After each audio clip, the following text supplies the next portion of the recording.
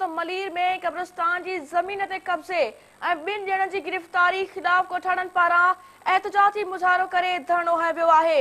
कोही ऐं सालिम अहमद ॻोठ जे रहवासन यूसी चेयरमैन लाल मोहम्मद बलोच काउंसलर गुलाम सरवर बिरोही जी अॻवानी में क़ौमी शाहराह ते मुज़ाहिरो करे रोड ब्लॉक करे छॾियो आहे।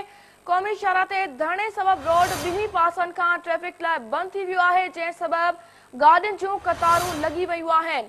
नाज़रीन खे अहम ख़बर ॾींदा हलूं पिया त मलीर में कब्रिस्तान जी ज़मीन ते कब्ज़े ऐं ॿिनि ॼणनि जी गिरफ़्तारी ख़िलाफ़ ॻोठाणनि पारां एहतजाजी मुज़ाहिरो करे धरणो हंयो वियो आहे।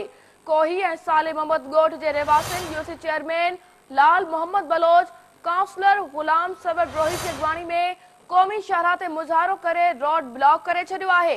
क़ौमी शाहराह ते धरणे सबबि रोड ॿिन्ही पासनि खां ट्रैफ़िक लाइ बंदि थी वियो आहे, जंहिं सबबि गाॾियुनि जूं कतारूं लॻी वयूं आहिनि। नाज़रीन वाले सां वधीक तफ़सील मालूम करण लाइ असां राब्तो कयो आहे मलीर मां सिंध टीवी न्यूज़ जे रिपोर्टर मीर ज़ुल्फ़कार सां। जी मीर ज़ुल्फ़कार, असांखे अपडेट कजो, जेको एहतजाजी मुज़ाहिरो कयो वियो आहे, धरणो हंयो वियो आहे, हिन वारे सां अपडेट कजो।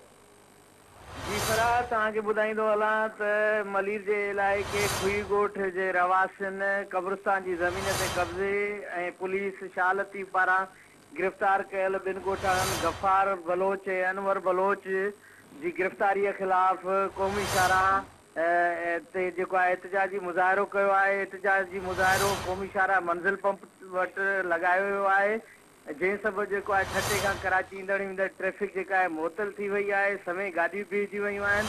मुज़ाहिरीन जो इहो चवणु आहे त जेको असांजो अबाणो कब्रिस्तान आहे उन ते जेको आहे लैंड माफ़िया जेको आहे कब्ज़ो करे रही आहे, जॾहिं त उन जे ख़िलाफ़ असां एहतजाज रिकॉर्ड करायूं था त असांखे पुलिस जेको आहे शालती पुलिस असांजे नौजवाननि खे बेगुनाह गिरफ़्तार करे थी। उन्हनि जो मुतालबो आहे त फौरी तौर ते जेको आहे असांजी कब्रिस्तान तां कब्ज़ो हटायो वञे ऐं गिरफ़्तार जेके असांजा नौजवान आहिनि उन्हनि खे आज़ादु कयो वञे। जी फराह।